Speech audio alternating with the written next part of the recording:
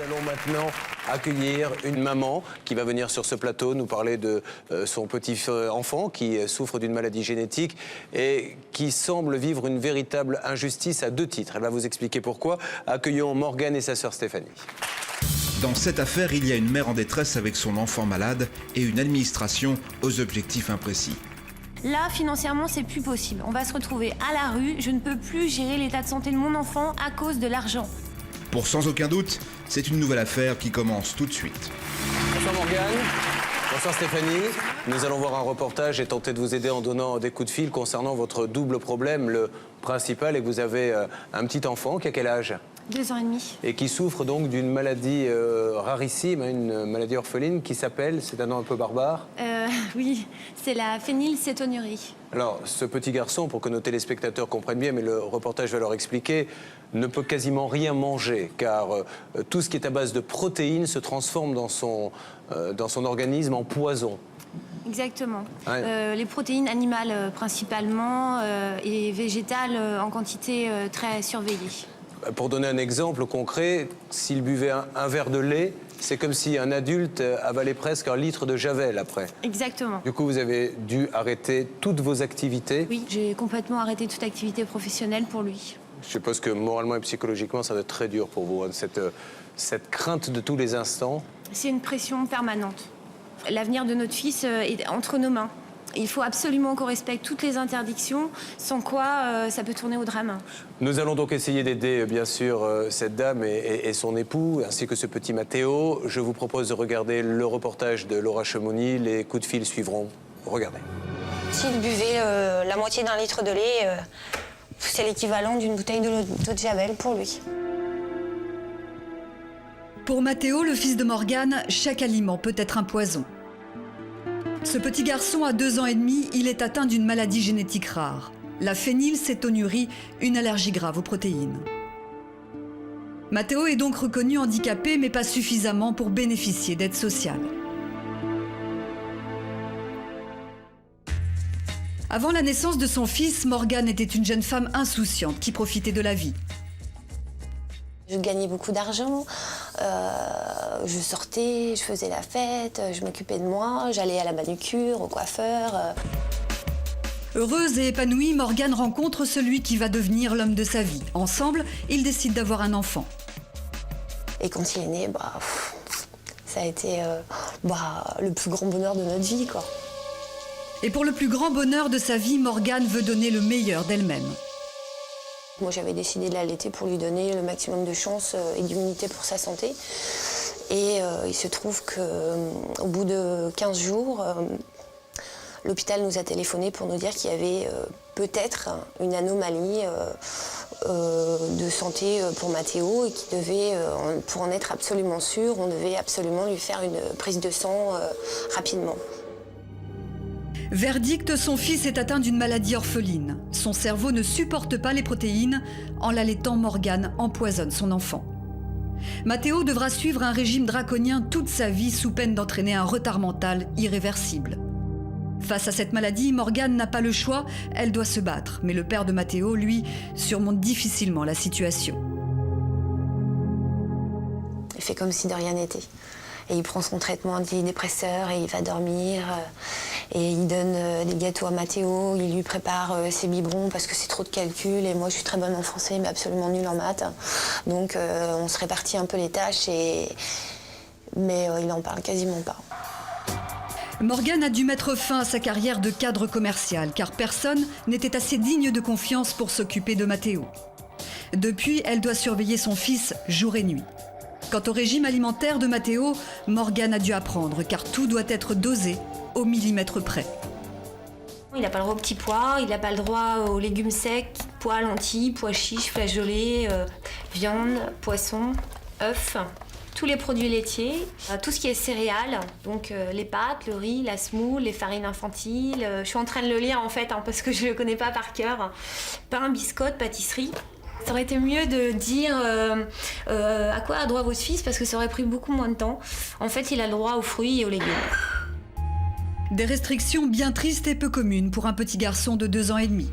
Parfois, Morgane affronte des situations délicates, des situations pourtant ordinaires dans une famille comme les autres. Une fois, je me suis foutu le moral en l'air parce que je lui ai dit « Arrête tes bêtises, sinon t'es privé de dessert ». C'est ce qu'on a réflexe de dire à un enfant. Et moi, je lui ai dit ça, mais il en a même pas de dessert. Pour ne pas que Mathéo soit tenté par les aliments interdits, Morgane doit tout fermer à clé à la maison. Le frigo, ça se ferme pas à clé. Donc on a trouvé le coup du petit crochet. Il est trop petit pour pouvoir l'enlever. Et au moins la cuisine est fermée et c'est ici qu'il y a tous les aliments. Il va falloir qu'on mette le crochet un peu plus haut parce qu'il a une petite chaise dans sa chambre et il a trouvé moyen de venir avec sa chaise, de monter dessus et d'enlever le crochet. Donc on va tout simplement le mettre un peu plus haut, mais au moins on est tranquille dans l'esprit qu'il ne rentre pas dans la cuisine. Le seul endroit accessible pour Mathéo, c'est son placard à nourriture. À l'intérieur, uniquement des substituts. Alors là, c'est le placard à trésor de Mathéo. Au moins, il peut aussi aller se servir tout seul. Tous ces gâteaux-là, il peut les manger à volonté sans problème. Ces produits introuvables dans un magasin d'alimentation classique sont remboursés par la sécurité sociale. Heureusement, car par ailleurs, Mathéo ne bénéficie pas de beaucoup d'avantages sociaux en tant qu'handicapé. Aujourd'hui, Morgane et sa sœur font des courses dans une grande surface. Voici les rares aliments qui n'empoisonneront pas le petit garçon. Sur l'intégralité du magasin, en fait, c'est situé ici, ce qu'on peut acheter à Mathéo, parce que c'est 100% à base de légumes. Mais même dans ce rayon, Morgane doit vérifier tous les ingrédients. Aucune protéine ne doit lui échapper. Autre angoisse pour Morgane, la promenade au parc. Elle est sans cesse aux aguets, car cette fois le danger vient des autres enfants. Là, aujourd'hui, ça va, il n'y a pas trop de monde, je suis pas... C'est relativement simple aujourd'hui, ça va bien. Mais soudain, Mathéo s'approche d'un petit garçon qui mange un gâteau au chocolat. Morgane accourt, il s'agit de ne pas quitter Mathéo des yeux une seconde. Cette scène de vie, pourtant normale pour un enfant, peut être critique pour son fils. Morgane le sait et elle en souffre. Je suis un radar, moi je suis un sonar à la nourriture interdite pour Mathéo. Et en fait, j'évite ce genre de situation. Même en fin de journée, lorsqu'il n'y a presque plus d'enfants, le risque de danger est toujours là. Il y a un morceau de gâteau là. C'est le petit garçon de tout à l'heure qui a mis son gâteau par terre. Surveiller Mathéo, c'est le travail à temps plein de cette maman. À ce titre, elle est considérée comme garde d'enfant, plus exactement une garde tierce personne. Mais les autorités compétentes considèrent qu'elle ne s'occupe de Mathéo que la moitié de son temps. La commission a décidé de me rémunérer à 50% du temps. Donc ils m'ont attribué un complément pour garde de personnes handicapées à mi-temps. Mon fils est malade à plein temps. Soit on n'aide pas les gens, mais les aider à 50% du temps, c'est vraiment c'est un geste. On a l'impression que c'est un geste. On a même l'impression de demander la charité. Morgane reçoit une allocation pour seulement 50% de son temps. Médecins et hôpitaux ont pourtant reconnu la nécessité d'une présence constante de Morgane auprès de Mathéo. Second problème pour lequel Morgane se bat, la reconnaissance du handicap de son fils. Quand Mathéo est né, il a été décidé qu'il avait un taux d'incapacité à 50%. On a fait appel et suite à cet appel, on a réussi à obtenir un taux de 79%. Ironie de l'administration, ce n'est qu'à 80% que la famille peut bénéficier de déductions fiscales et de bien d'autres avantages. Et depuis, j'ai fait à nouveau appel pour passer à 80% et ça nous a été refusé. C'est ce 1% manquant qui permettrait au foyer de vivre décemment, ce qui n'est pas le cas actuellement. Là, moi, j'ai des huissiers qui viennent chez moi, qui veulent me saisir mes meubles et je ne sais plus quoi leur dire parce que je n'ai pas les moyens de pouvoir les payer. Avec 94 € pour finir la fin du mois, Morgane n'arrive plus à payer ses impôts. Elle tente le tout pour le tout et se rend directement en caméra cachée au centre d'imposition. Elle veut savoir si elle peut bénéficier d'une petite aide. Il n'y a pas une réduction des impôts par rapport à un taux de... quand on a un enfant à charge qui a un handicap. Est-ce que vous avez une carte d'invalidité? Pas une carte d'invalidité. Je crois que la carte d'invalidité, c'est à 80%. C'est à 80%. Pas à 79%. Vous avez une réduction de l'impôt sur le revenu, ça vaut moins 80%. Ouais. Et à 79, on a droit à rien. Nous exposons alors la situation à notre interlocuteur. savais J'ai pas. vu les 60, 65%, les 70%, mais les 79. Bah ouais. Les 30%, c'est volontaire. Hein. C'est C'est volontaire. Hein. Oui. Il n'y a aucun risque à passer de 50 à 79. Selon cet homme, la situation de Morgane ne serait pas un hasard, mais une volonté délibérée. Reste qu'en attendant, elle n'a droit à rien. Selon quel barème les taux de handicap sont-ils attribués, Morgane l'ignore. Nous contactons alors la présidente de l'association des phénylcétonuriques pour lui demander son avis. Parmi ceux qui ont fait la demande, il y en a la moitié qui ont eu un refus net, d'autres qui l'ont à 50%, donc on ne sait pas mieux pourquoi, et quelques-uns qui obtiennent même 80% et on ne sait pas. C'est vraiment le mystère total, c'est vraiment à la tête du client. La présidente nous confirme qu'il n'existe aucun barème. Ce serait, nous dit-elle, à la tête du client. Morgane voudrait savoir ce qui lui manque pour être reconnue à 80%. Elle contacte un de ses médecins traitants. Le passage à 80% en fait pour un enfant, c'est la dépendance aux parents. C'est-à-dire le fait de ne pas pouvoir exister seul, avoir besoin en permanence d'une tierce personne. Et c'est quand même ce qui existe relativement pour Mathéo. La dépendance de Mathéo vis-à-vis de sa mère ne semble pas contestable. Plusieurs attestations le prouvent. Alors que faut-il de plus pour que Mathéo soit reconnu handicapé à 80%? Comment obtenir ce 1% manquant pour que Morgane touche les aides financières, désormais vitales pour élever son fils? Le reportage est signé Laura Chemouni pour Sans aucun doute. Qu'attendez-vous aujourd'hui, madame, de cette émission? Moi, je voudrais que mon fils passe à 80% d'incapacité pour qu'on puisse continuer à l'aider. Parce que là, ça va plus être possible. Et j'aimerais aussi une reconnaissance le fait qu'il est indispensable pour lui, que je m'occupe de lui à 100%. C'est attesté par des médecins. Et je vais tout faire, de toute façon, pour que ça se passe bien et lui donner toutes ses chances plus tard. Et nous dira merci, c'est sûr. Déjà, on avait une chance sur 14 000 d'avoir un enfant comme ça. À la limite, si j'avais été avec un autre homme, j'aurais eu des enfants normaux. Moi j'ai eu la culpabilité, mon ami a eu la culpabilité, on s'est dit pourquoi on s'est mis ensemble, enfin il y a toute cette culpabilité-là, il y a la culpabilité de manger des choses que notre fils n'aura jamais le droit de manger. Aujourd'hui, ce qui paraît aberrant, c'est qu'on vous dise cet enfant n'a besoin que de 50% de votre temps. Ouais. Et alors, pendant les 50 autres pourcents, qu'est-ce qui se passe si vous n'êtes pas là? Disons que Mathéo, pour l'administration, est censé être malade que de 8h à 16h. Voilà, le reste du temps, moi je peux aller travailler, il peut manger tout ce qu'il veut le reste du temps, enfin ce serait formidable si c'était comme ça.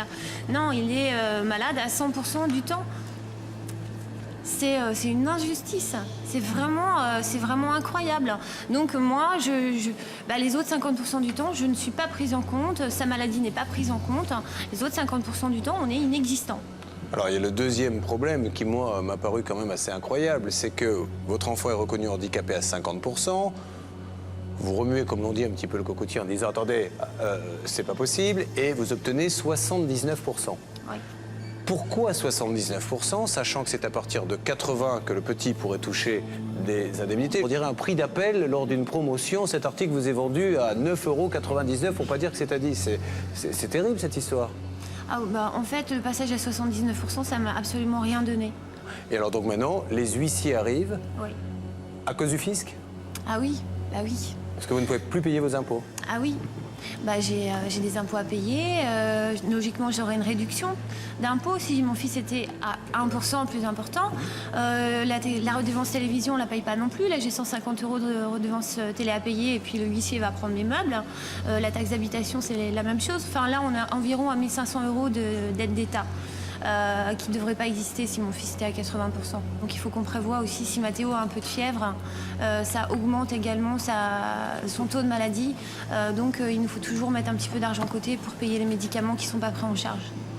Maître Fellonneau. Moi, j'ai noté dans le dossier de notre ami une certaine obéissance aveugle du corps médical pour respecter les barèmes régionaux qui sont imposés par une volonté économique, puisqu'on voit bien que c'est de l'argent qui est à la clé. On sait que dans telle région, telle maladie, ça vaut temps. Et c'est bien dommage, et c'est même presque anticonstitutionnel, si vous me permettez. On dirait qu'il y a une rupture de l'égalité des citoyens dans la nation, car on devrait tous être traités de la même façon. Il n'est pas normal qu'à Bordeaux ce soit ci, qu'à Paris ce soit ça. Et c'est ça, moi, qui me choque profondément et qui est quasi vexatoire pour des familles responsables. Liberté, égalité, fraternité, égalité, selon le département où l'on se retrouve, on n'a pas tout à fait le même taux. Hein. Mais c'est ce que je leur ai demandé. Je leur ai demandé s'il fallait que je déménage. Éventuellement, je serais prête à le faire. Nous allons donc essayer de vous aider, donner quelques coups de fil. Le premier que nous allons donner, c'est nous allons nous tourner vers notre consultant spécialiste médecine, le docteur Courtois, pour qu'il nous explique, parce que j'ai vraiment besoin d'un avis de professionnel, ces attributions de pourcentage d'une région à l'autre. La régie fait son numéro.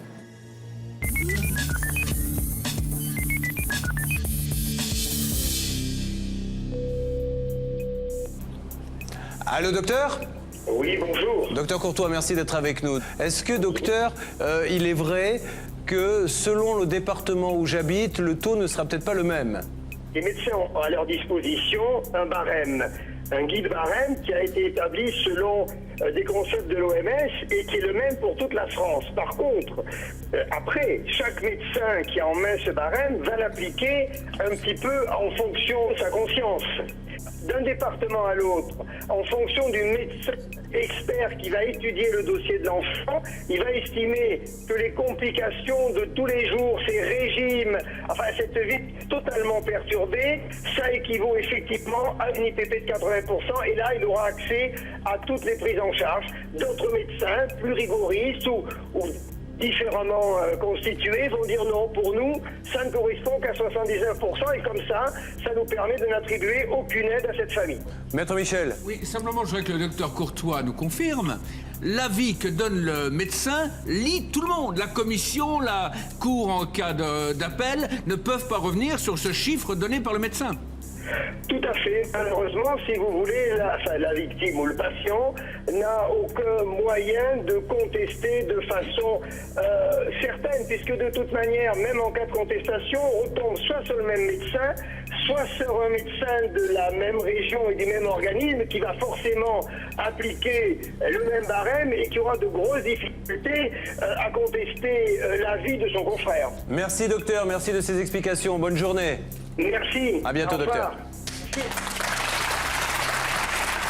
Avant d'aller plus loin dans ce dossier, j'aimerais que l'on donne l'adresse d'une association très active pour cette maladie très compliquée à prononcer, la phénylcétonurique, c'est ça?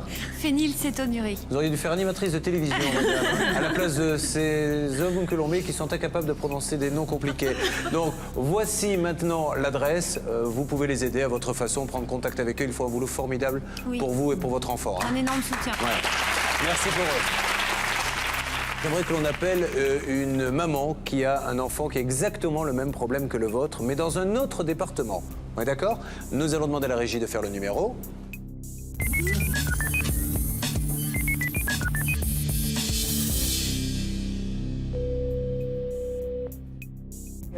Bonjour madame, pardonnez-moi de vous déranger. Je suis Julien Courbet de l'émission Sans Aucun Doute.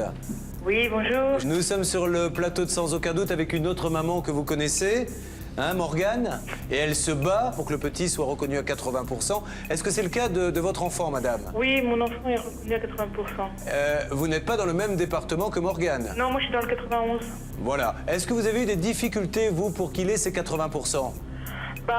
Non, aucune, parce que moi, pour avoir l'AES, c'est le médecin qui remplit un dossier médical, qui est envoyé à la CAF et qui, eux, après, passent en commission et qui décident par rapport à la situation des parents, leurs revenus. Et ils vous ont donné 80% directement? Voilà, parce que moi, je travaille pas et donc je m'occupe de lui à 100%. On ne vous a pas dit que ça ne vous prenait que 50% de votre temps? Non, non, absolument pas. C'est 100% pour vous. La première fois que j'ai fait la demande, c'était il y a un an, j'ai vu un médecin. Et il m'a dit que comme je travaillais pas, je m'occupais que de 100%, que je devrais, si j'étais accepté, si mon dossier était accepté, je devrais toucher le maximum. D'accord. Bon, eh bien écoutez madame, je vous souhaite beaucoup de courage, je vous remercie 1000 fois. C'était un plaisir de vous avoir entendu. Merci madame et embrassez votre enfant pour nous. Pas de souci, au revoir. Au revoir. Vous disiez en début de sujet qu'il fallait peut-être déménager. Le 91 m'a l'air une bonne piste, hein, parce que visiblement là-bas, on accorde ce que l'on doit. Hein. Il n'y a pas la plage. Oui, ça c'est vrai. Mais vous voyez, quand même, c'est très bizarre, hein, ces systèmes d'attribution, mais enfin, c'est la vie. Nous allons donc nous tourner vers le CDES, qui est l'organisme qui s'occupe de ces allocations.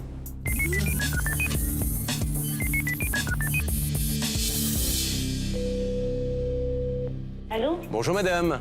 Oui? Pardonnez-moi de vous déranger, je suis Julien Courbet de l'émission Sans aucun doute sur TF1. Julien Courbet explique à notre interlocutrice le calvaire que subissent quotidiennement Mathéo et sa maman. Donc cet enfant a été déclaré handicapé à 50%. Et quand madame a expliqué son cas en disant c'est pas possible, il est passé à 79.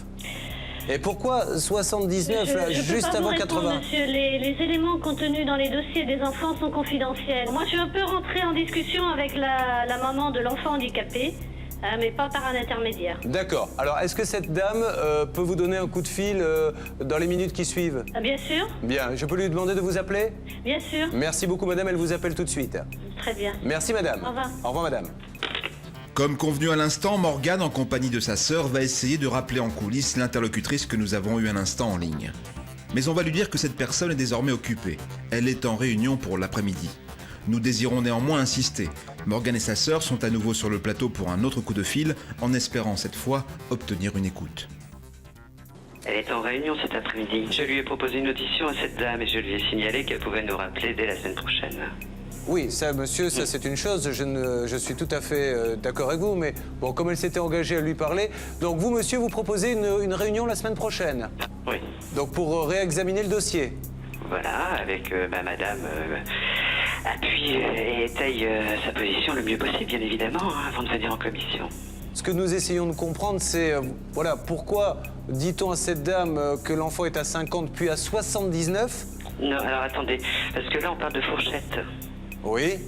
Si vous voulez, vous avez des seuils. Vous avez le seuil de 50%.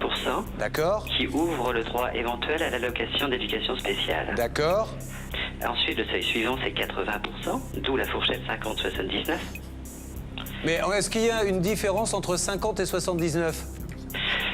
Dans les droits, aucun. C'est là où, monsieur, voilà, ça m'interpelle un peu. Soit on dit à cette dame, non, vous restez à 50, mais je trouve... un peu, mettons un peu de malice, un peu narquois pour elle, qu'on lui dise vous passez de 50 à 79, sachant que c'est à 80 que ça change, quoi. Non, on n'a jamais dit 79, on dit la fourchette, comme je vous expliquais tout à l'heure, entre 50 et 79. Ah, donc vous n'avez rien changé par rapport au départ, alors? On lui dit entre 50 et 79. C'était une modification psychologique, en fait. Hein. Mais alors, madame, pourquoi vous nous avez parlé de modification? Oui, parce que j'avais fait une demande de révision par rapport au complément sur lequel j'étais pas d'accord. Et bon, mon fils était à un taux de 50% tout seul. Et la révision, suite à cette révision-là, ils ont estimé qu'il était de 50 à 79%. Donc suite à ça, j'ai pu toucher un complément à mi-temps. Non, ça n'a rien à voir, le complément. Enfin, c'est quand même suite à cette décision-là que vous me l'avez attribué, donc c'est quelque part que vous avez considéré que la maladie de mon fils était un petit peu plus grave que 50%, quoi. Mais pas assez pour être à 80%. Vous êtes d'accord là-dessus? Écoutez, de 50 à 79%, même si c'est une fourchette, vous le considérez quand même malade jusqu'à 79%. Et vous savez très bien, puisque vous venez de le dire, qu'à 79%, il n'y avait aucun droit.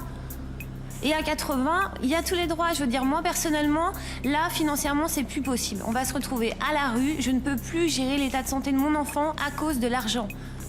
À cause de... Non, en fait, à cause de 1%. Non, donc, écoutez, mais c'est quand même inadmissible. Vous vivez pas ma situation. Attendez, excusez-moi, madame. Je regarde en même temps que je vous parle. Madame peut très bien demander un taux de 80%. Tout à fait. D'ailleurs, c'est le but de sa démarche, hein, c'est pour ça. Bien évidemment, on est payé au maximum. Maître Michel. Oui, je voudrais simplement une précision. Qu'est-ce qu'il faut amener comme élément nouveau pour que vous puissiez réexaminer? Est-ce qu'elle peut venir avec son médecin traitant, celui qui s'occupe, qui connaît par cœur le cas de ce petit? Je peux le présenter. Concrètement, la loi dit accompagné par la personne de votre choix. Bon, parfait. Eh bien, écoutez, merci, monsieur. De rien. Bonne journée, monsieur. Au revoir.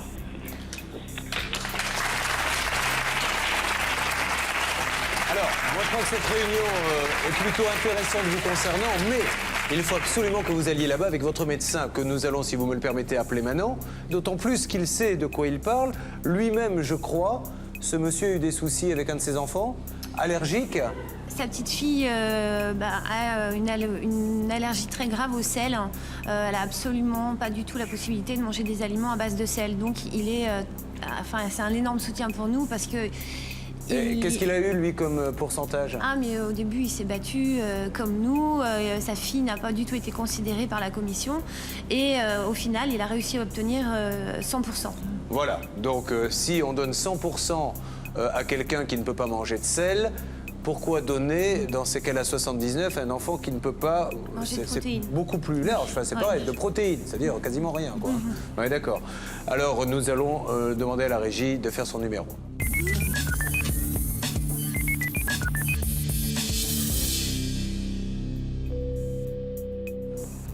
Oui, allô? Docteur, Julien Courbet à l'appareil, je ne vous dérange pas? Allez-y, je vous écoute. Merci, docteur. Je suis donc en compagnie de Morgane. Oui. Nous avons appelé cet organisme qui s'occupe donc de donner ces fameux pourcentages qui pourraient permettre au petit Mathéo de passer à 80 et à madame à 100%. Donc, ils acceptent de faire une nouvelle réunion.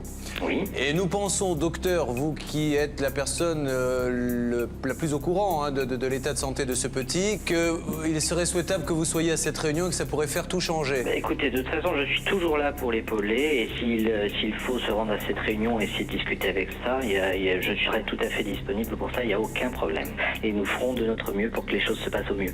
On est bien d'accord, et là c'est une vraie question, que cet enfant a besoin d'une assistance permanente, c'est-à-dire 100% du temps de sa maman. C'est incontestable, c'est-à-dire qu'on sait très bien que Mathéo, à partir du moment où il n'a pas une possibilité d'analyse et de décision personnelle, risque à court et moyen terme une détérioration intellectuelle grave.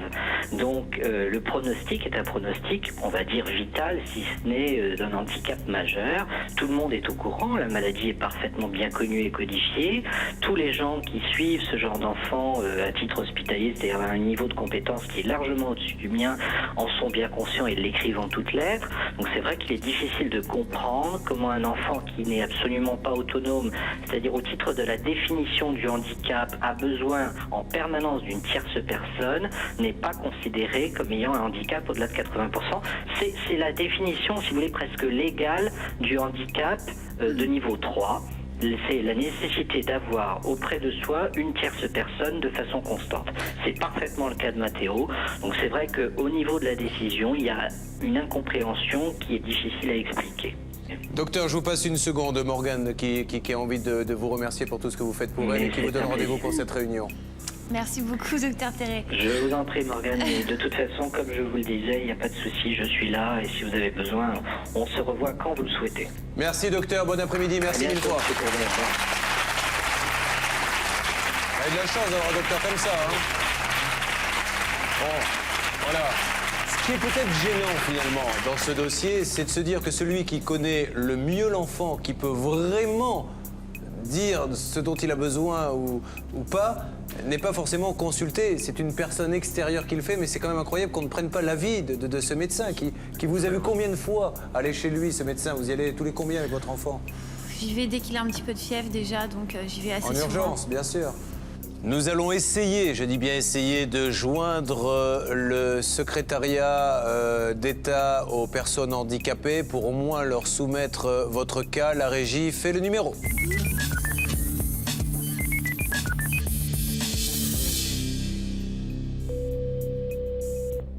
Nous avons, je crois, en ligne le directeur de cabinet du secrétariat d'État aux handicapés. Allô? Oui, bonjour, monsieur le directeur de cabinet. Bonjour, monsieur Courbet. Je me permets de vous déranger, monsieur le directeur de cabinet, vous en prie. car nous avons été touchés par un cas. Alors, je crois que vous avez eu quelques informations par mes services et par les vôtres.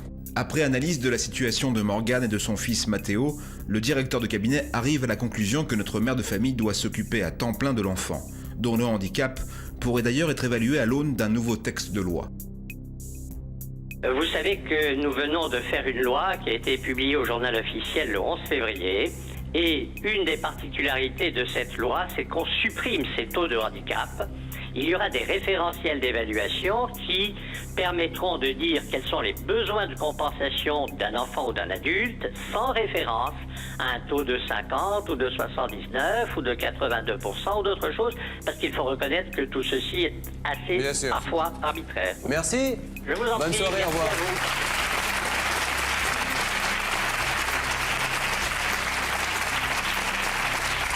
Si nous voulons bien résumer la situation, il y a cette réunion très importante où votre dossier va être réexaminé en présence de votre médecin qui va pouvoir leur dire que vous ne pouvez pas faire autrement. Le ministère lui-même va maintenant s'occuper de votre dossier et donc certainement prendre contact avec cet organisme avant la réunion. Nous pouvons être optimistes, il ne nous reste plus maintenant que quelques jours à patienter, mais je pense que les choses devraient rentrer dans l'ordre. Qu'est-ce que vous en pensez? J'y crois là. J'y crois. Vous avez un petit peu plus d'espoir qu'en arrivant? Ah oui, oui, complètement. Je suis venue ici un peu comme une dernière chance et là, là j'y crois. Et il est gourmand, votre fils? Oui. Ah oui, c'est ça qui est un peu frustrant pour lui, quoi. On a réussi à lui trouver, par exemple, des pâtes de fruits, alors il en mange beaucoup. Et il mangerait, alors j'ai noté des plats, par exemple, un velouté de chocolat enrobé. Ah non. Ça, il ne peut pas? Ah non. Non, mais si c'était quelque chose de spécialisé pour lui? Ah, qu'il y a dans les...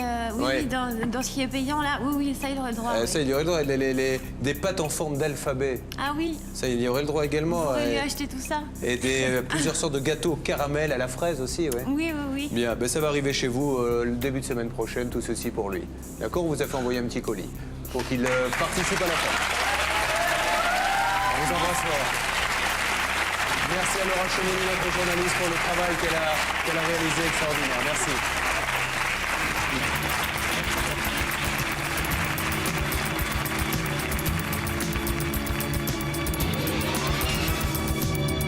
Je suis beaucoup plus confiante parce que ça va être quand même pris en charge à un haut niveau. Je dois dire qu'on a le sourire. Hein ?